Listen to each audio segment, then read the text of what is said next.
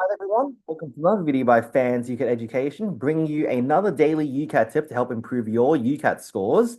And today I'm going to be exploring decision making in particular when it comes to how you can improve a yes/no question. So there is a tip that I give my students that's very easy to learn, 5 to 10 minutes that they do, and they can find themselves improving their decision making yes/no scores quite massively. It's a very simple, easy to do sort of thing. But before I get into that, I'd like to remind you all that I offer private and group tutoring in a one-on-one or a sort of a huge group format. The prices are very, very reasonable, and the link is in the description down below for you to actually sign up to those classes. So if you want more personalized coaching, apart from just simply learning from these videos, then you can feel free to go ahead and access those links right there.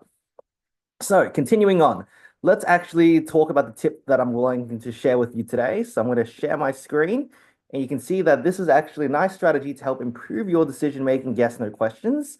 So here we are. What is this tip? The tip is to know your value keywords. So it's actually very important to actually know your value keywords and know exactly what they mean as well. So that's what I mean by that. So there's a bit of a typo right there, but I just mean know exactly what they mean too. And pretty much remembering what a yes, no means. So you need to know what a yes and a no specifically mean. That's not a tip I'm going to reveal in this video today, but pretty much there are these value keywords. So for example, many, some, none. So any words that correspond to a certain value that actually can help guide your thinking and help you explore every single scenario to actually pick a yes and a no accurately. So you have certain numbers that these things correspond to. That's why we call them value keywords. You need to know exactly what numbers they correspond to. And by knowing these, you should be able to actually just link it up and directly be able to answer those yes, no's accurately, because yes, no's actually do have a specific meaning in and over themselves. If you don't know your keywords, then pretty much you're going to be relying on instinct. And instinct is okay, but then the thing is when it comes to more exact sort of scenarios, remember, yes and no's are very exact, then pretty much you're going to end up just simply just sort of guessworking. And this guesswork can actually just end up taking away from you actually being able to do that well. And you're going to end up getting a lot of the statements very, very incorrect because pretty much they actually really sometimes like to check on these sorts of numbers and they like to really check on these you're understanding what exactly each word means. And yeah, you got to explore this exact scenario. So you'll be making errors. And there is a recommended table. So you're not going to have to wait for someone to teach you this. I'm just going to show it to you right now. Here's the recommended table.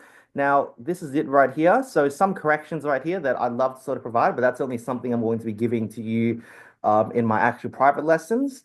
But then pretty much this is just a general table. As long as you memorize this, you should mostly be fine. But some of these are slightly unclear. I'll give you one of them. So for example, not all being 1 to 99% doesn't really make too much sense. It more means between 1 and 1 less than all, for example. So there are some things that can be adjusted to this table to make it a bit more accurate to the way they do things. But that's something I'm going to reveal to you in my private lesson or maybe another video in the future. But anyways, that's all for today. And I just want to sort of remind you that in order to aim high, or to score highly, sorry, you need to actually aim high in the first place as well. So in order to score 3,000, you need to aim for 3,600, okay? That's my guiding philosophy, and I hope that you can sort of keep that up in all your UCAT preparations if you want to do well. Okay, anyways, thank you so much for your time today. I really appreciate you coming and watching this video. And reminder that I do offer private UCAT tutoring and group UCAT tutoring. Please look in the description below. Thank you so much.